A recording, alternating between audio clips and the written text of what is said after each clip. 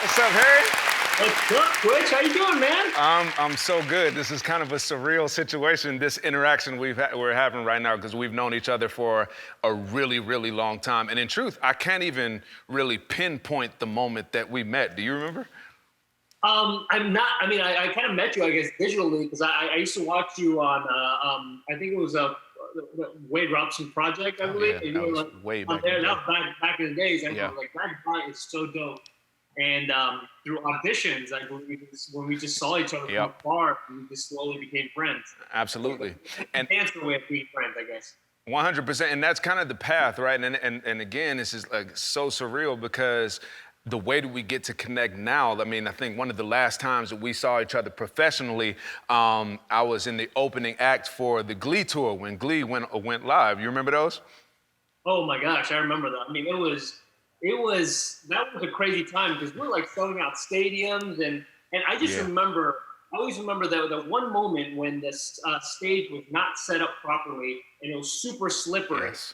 Yeah. And I remember Twitch had to open that up, and he was the first one on stage, and your eyes, I remember bulging. I was from back in watching Yep. from the light controls, and your eyes bulged up, but like it just showed how professional you were because you like created some like new moves. You're like slipping and sliding and making it all work out. But I was scared for you, but I'm glad you made it through. You didn't break anything, so it's good. Man, I appreciate that, man. And then somebody told me you got a little bone to pick with me about the concerts. Yeah. So after you guys performed, I came out with the Glee cast, and I heard that you were getting into some business and backstage that while we were performing, Oh wow. and pulling parts out. Yeah. I think we got a little clip for that. Did you really? I did. Yes, I was on tour with the LXD, and we had some downtime during the show. So, I mean, the music moves us. That's all I The can music say. moved Yeah. you. You were inspired by that, so I'm happy to, I guess, contribute. I don't know. Absolutely. But also, listen, starting out, you did some extra work too, man. How did those go?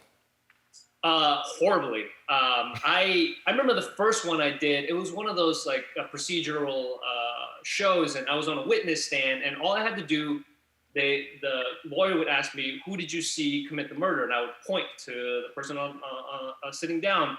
And I was trying to be a real serious actor. I didn't know anything about really acting, and I just felt like, oh, I had to say something. I'd be like, him. And then the director was like, cut, no, don't say anything. Don't say anything.